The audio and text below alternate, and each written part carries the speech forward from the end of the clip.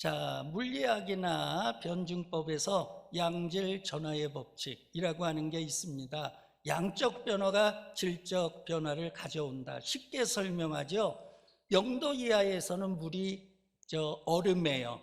그러니까 고체죠. 0도 이상이 되면 이제 물이 돼서 액체예요.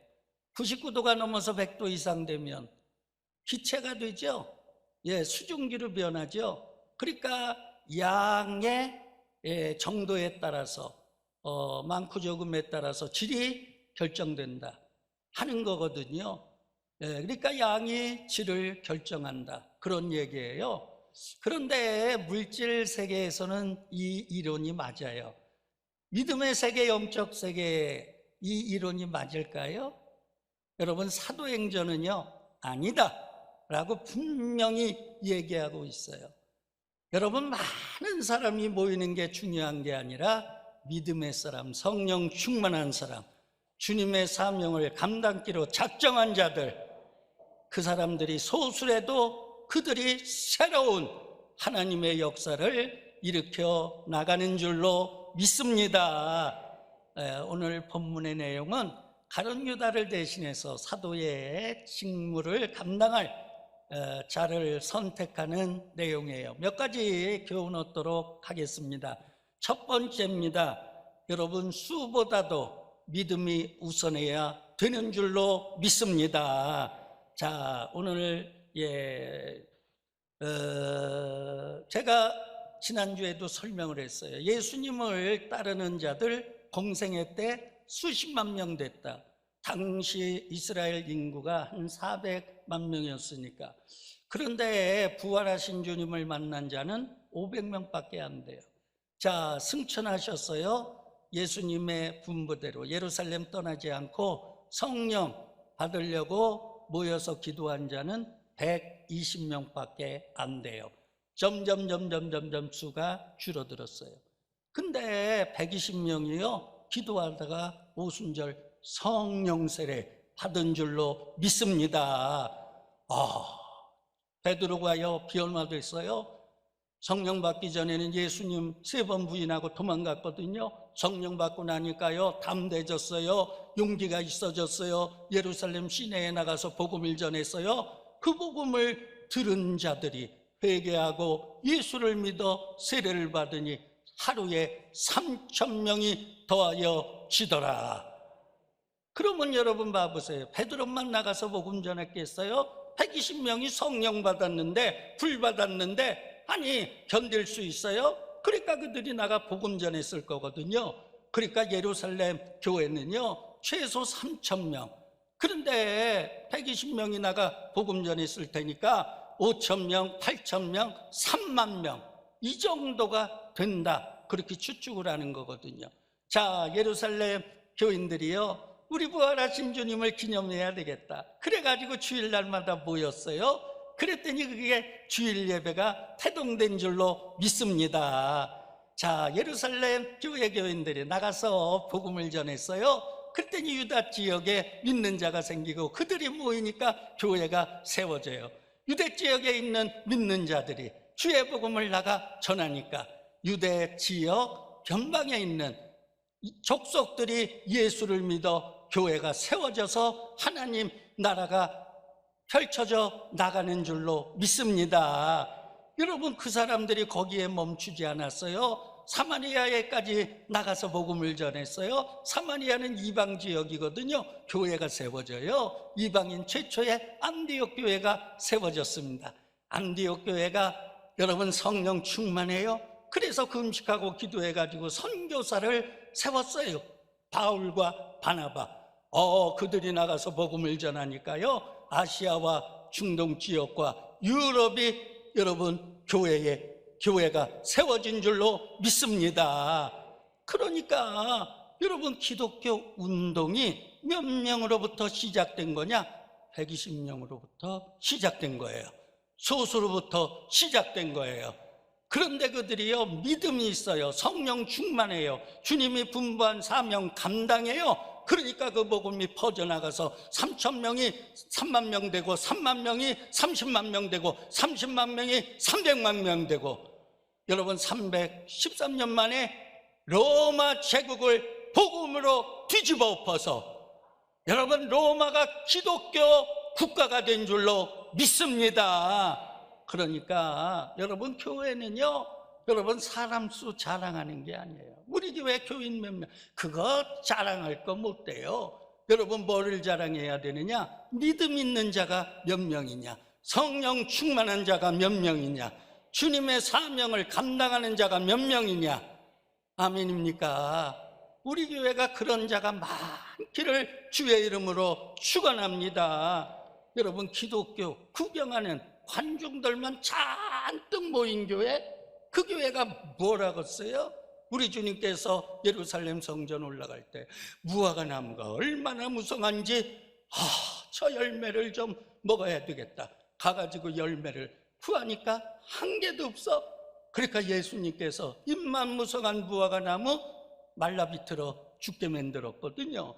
여러분 마찬가지예요. 교회도요, 사람 많아도요, 믿음 없는 그 교회는요, 속이 빈 교회예요. 그런 교회는요, 말라져 가는 거예요. 어떤 교회가 생명력 있는 교회냐? 소수라도요, 믿음 있는 자들이 있을 때, 성령 충만한 자들이 있을 때, 전도와 선교의 사명을 감당하는 자들이 있을 때, 그 교회가요, 무성해지는 거예요. 할렐루야. 여러분, 그러므로 우리가 여러분 수를 더하는 교회가 아니라 믿음을 더하는 주님의 교회가 되기를 바랍니다. 자, 인도의 짠디 컬리라고 하는 35세 된 아주머니 이야기 제가 한 2번 했을 겁니다. 자, 인도의 수도 델리에서 특급 열차 타고 한 4시간 정도 가면 400만 명이 모여 사는 사랑푸르라고 하는 작은 도시가 있어요. 근데 그 도시는요, 강성 이슬람 교도들이 모여 사는 지역이에요. 그런데 35세 된 아줌마가 밭에 나가 일을 하는데 하늘에서 뭐가 떨어져. 그래가지고 그걸 주워다가 읽으려니 글을 몰라. 그래가지고 집에 갖고 와가지고 아들이 학교에서 돌아오니까, 얘야, 이게 뭔 건지 좀 읽어다오. 아들이 읽어주는데, 주 예수를 믿으라. 그리하면 너와 네 집이 구원함을 얻으리라. 하나님이 세상을 이처럼 사랑하사 독생자를 주셨으니 이는 저를 믿는 자마다 멸망치 않고 영생을 얻으리라. 무엇이든지 주의 이름으로 구하는 자는 모든 것 받으리라. 할렐루야. 성경 구절만 써 있는 거예요. 근데 놀라운 사실은요, 아들이 읽어주는데 막 믿어져, 막 깨달아져. 그분이요, 그냥 아들이 학교에서 돌아오기만 하면 읽어달라고 믿음이 생기는 거야. 그래가지고 주변에 예수를 전하는데 처음엔 누가 믿어요? 근데 그 동네에 애못난 그런 세댁이 있었어요. 5년이 됐는데도 애를 못 낳아. 그 집에 와서 그 아주머니에게 하소연을 합니다. 남편이 구박하고 시아버지 시어머니가 구박하고 애도 못 낳으면 나가 죽어. 그런데야. 그러니까 막 우는 거예요. 그러니까 이 짠디 컬리가 그분에게 예수를 전해요. 예수를 믿으시오. 예수의 이름으로 기도합시다. 그리고 기도했더니요, 임신해가지고 애를 낳았어요. 할렐루야. 소문이 퍼집니다. 애 못 낳는 여인들이 한 사람 두 사람 이분에게 몰려들어요. 예수를 전합니다. 예수의 이름으로 기도합니다. 놀라운 사실은요, 그 여인들이 아이를 낳아요. 그러다 보니까 그 여인들이 예수를 영접해요. 믿는 자가 돼요. 야, 그뿐만이 아니에요. 그러니까 그 소문이 퍼지니까 질병과 병마여 허덕이는 자들이 어디 산에 뭐 병원 하나 있겠습니까? 그러니까 찾아오는 거예요. 예수의 이름으로 딱 기도해달라고. 기도하니까 놀라운 사실은요, 질병이 떠나가요, 병마가 치료돼요, 귀신이 떠나가요. 그래가지고요, 자그마치요, 여러분 몇 명이 예수를 믿었느냐? 15,000명이 예수를 믿었어요. 그들이 모여 예배를 드리니까 무슬림들이 들고 일어나가지고요, 막 몽둥이를 가지고 모이는 여인들을 막 두드려 패고 구타하고, 그 다음에 뭐 교회도 없어. 네, 거기는 뭐 선교사 하나가 없어. 자기네들끼리 모여가지고 그냥 예배를 드리는 거야. 그러니까 그냥 넓은 공터에서 예배를 드리는 거예요. 그러니까 그냥 인분을 갖다가 집어 던져가지고 똥바가지 뒤집어 쓰게 하고, 그러니까 도저히 모일 수가 없어요. 잔디 컬리 이분이 하나님께 기도합니다. 하나님, 이 핍박 주님 어떻게 이겨내야 되겠습니까? 주님께서 음성을 들려주셔요. 마을마다 흩어져서 모여서 예배드려라. 그래가지고 그들이 예배하니까 그것이 교회가 되는데 400교회가 세워진 줄로 믿습니다. 여러분, 잔디컬리 그 아주머니 한 사람에 의해서 그 지역이 기독교로 변화됐다는 거예요. 아멘. 여러분, 그렇습니다. 하나님의 나라는요, 수에 있는 게 아니에요. 믿음에 있는 거예요. 믿음 있는 자가 되기를 주의 이름으로 축원합니다. 두 번째입니다. 철저하게 우리는 말씀 안에 거해야 될 줄로 믿습니다. 모든 인생의 해답도 말씀에서 얻어야 될 줄로 믿습니다. 자, 16절 말씀 한번 읽어보도록 하죠. 형제들아, 성령이 다윗의 입을 통하여 예수 잡는 자들의 길잡이가 된 유다를 가리켜 미리 말씀하신 성경이 응하였으니 마땅하도다. 아멘. 가룟 유다의 사건, 그거 미리 말씀하신 예언의 말씀, 성경이 임한 거야. 그대로 된 거야. 베드로가 그렇게 얘기했다는 거예요. 자, 봐보세요. 가룟 유다 사건이 벌어지고 나서 믿는 자들 사이에서, 아니 어떻게 가룟 유다 같은 걸 예수님이 제자로 삼아? 아니 은 30에 스승을 팔아먹을 그 못된 놈, 모든 사람의 마음에 속까지 아신다는 주님이 그런 놈을 제자로 삼아? 이해가 안 되는 거예요. 해석이 안 되는 거예요. 베드로가요, 성경에서 해답을 찾고 성경으로 설명한 줄로 믿습니다. 여러분, 두 가지 성경 예언을 베드로가 이야기하면서 가룟 유다 사건을 해석해 준 거예요. 자, 시편의 말씀이에요. 시편 109편 8절입니다. 그의 연수를 짧게 하시며 그의 직분을 타인이 빼앗게 하시며, 가룟 유다 연수 짧게 하신 거, 그 직분 타인에게 줄 거다, 그런 얘기예요. 시편에 이미 예언한 거다. 그 다음에 스가랴 11장 12절 말씀이에요. 다 같이요. 내가 그들에게 이르되 너희가 좋게 여기거든 내 품삯을 내게 주고 그렇지 아니하거든 그만두라. 그들이 곧 은 30개를 달아서 내 품삯을 삼은지라. 예수님 은 30에 매수한 거 아닙니까? 가룟 유다에게 대제사장들이 은 30냥 주고, 야 예수 어딨냐, 그래가지고 예수님 팔아먹게 한 거 아니에요? 그러니까 여러분, 베드로가 구약 성경을 얘기하면서 하나님의 구원의 섭리의 역사 가운데 들어있는 거야. 예수님 다 아셨어. 할렐루야. 예수님이 그건 모르고 가룟 유다 택했겠냐? 이미 다 예언하신 거야. 그래야 예수님이 십자가에 인류를 대신해서 대속제물 되시는 거니까. 이해가 돼요? 받아들여져요?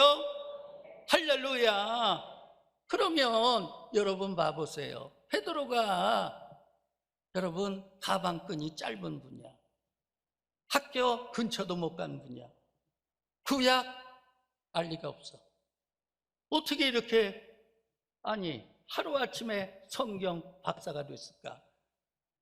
부활하신 주님이 40일 동안 계실 때, 왜 그러냐면 예수님 승천하고 나면 누가 이끌어야 되느냐? 베드로가 이끌어야 돼. 지도자야. 그러니까 베드로에게 집중적으로 가룟 유다의 사건뿐만 아니라 구약 성경에 있는 모든 것을 가르쳐 주셔서 베드로가 성경의 해박한 자가 된 줄로 믿습니다. 여러분, 우리가요, 만사 모든 것, 하나님의 섭리, 하나님의 역사 안에 있다고 하는 사실을 기억하고 인생의 모든 문제의 해답을 하나님의 말씀 성경에서 찾으시기를 주의 이름으로 축원합니다. 그래서 신학자들, 특별히 역사학자들이 역사란 뭐냐 한번 읽어보죠. 역사는 하나님 섭리의 역사다. History in his story. 예, 역사라고 하는 건 뭐냐? 하나님의 얘기 안에 있는 거다. 아멘입니까? 그러므로 여러분들의 미래, 여러분들의 앞날 하나님의 계획 아래 있는 줄로 믿습니다. 하나님께 맡기시기를 바랍니다. 여러분, 하나님은 모든 사람이 구원을 받으며 진리를 아는데 이르기를 원하시는 거예요. 아멘입니까? 그래서 예수 믿는 거로 끝나면 안 되고요, 진리를 아는데 이르러야 돼요. 진리라고 하는 건 하나님의 말씀인 줄로 믿습니다. 자, 특별히 지도자가 되려면 하나님의 말씀에 박사가 돼야 돼요. 바울 보세요. 다메섹 도상에서 부활하신 주님 찾아왔습니다. 만났습니다. 체험했습니다. 믿는 자 됐습니다. 아, 부활하신 주님 내가 체험했다. 막 이리 뛰고 저리 뛰고 돌아다니면서 막 휘저은 게 아니에요. 여러분, 3년 동안 아라비아 광야에 가서 금식하고 기도하고 집중적으로 뭐를 했느냐? 구약 성경을 묵상하고 연구한 줄로 믿습니다. 그러니까 여러분, 신약 성경 13권을 써서 여러분, 지금까지 기독교의 토대가 바울 신학 토대 위에 있는 거예요. 아멘입니까? 그러므로 구원받은 것으로 끝나지 마시고 진리를 아는 데 이르시는 성경의 해박한 자가 되시기를 바랍니다. 저희 교회에서 하반기에 우리 부목사님들이 바울 서신 10과목 개설했잖아요. 수요일날 저녁, 주일 오후에 2번씩이에요. 그러니까 여러분들 부지런히 말씀을 배우셔서 말씀으로 해답을 얻으시고 기쁨과 감사가 넘치는 그런 삶이 되시기를 주의 이름으로 축원합니다. 예, 마지막에요, 3번째, 여러분, 우리가 주의 일꾼을 뽑을 때는 기도로 해야 될 줄로 믿습니다. 자, 사도행전 1장 17절 말씀 읽어보도록 하죠. 이 사람은 본래 우리 수 가운데 참여하여 이 직무의 한 부분을 맡았던 자라. 베드로가 설명한 거거든요. 가룟 유다 12제자, 우리와 함께한 자야. 우리의 직무 중에 한 부분을 감당한 자야. 자, 그런데 이제 가룟 유다를 대신해서 한 명을 충원해야 되잖아요. 베드로 사도가 사도의 직무가 뭐냐, 자격은 뭐냐 설명을 해요. 그랬더니 거기 모인 사람들이 그 자격 가지고 사람을 뽑으니까 2사람, 요셉과 마띠아가 이 천거가 된 거예요. 뭐 요셉과 마띠아 중에 이걸 누구를 뽑아야 되느냐? 자, 오늘 말씀이 나옵니다. 24절에서 26절이에요. 시작. 그들이 기도하여 이르되 무사람의 마음을 아시는 주여, 이 사람 중에 누가 주님께 택하신 바 되어 봉사 및 사도의 직무를 대신할 자인지를 보이시옵소서. 유다는 이 직무를 버리고 제굿으로 갔나이다 하고 제비 뽑아 마띠아를 얻으니 그가 11사도의 수에 들어가니라. 아멘. 예, 한마디로 말하면 뭐냐, 2사람을 놓고 기도했다는 거예요. 주여, 합당한 자를 우리에게 보여주시옵소서. 기도하고 뽑았더니 마띠아가 뽑혔다. 은혜가 되면 아멘. 은혜가 되면 아멘. 여러분, 여기에서 교훈을 얻어야 돼요. 여러분, 사람의 일꾼 뽑는 게 아니에요. 내 일꾼 뽑는 게 아니에요. 주님의 일꾼을 뽑는 거예요.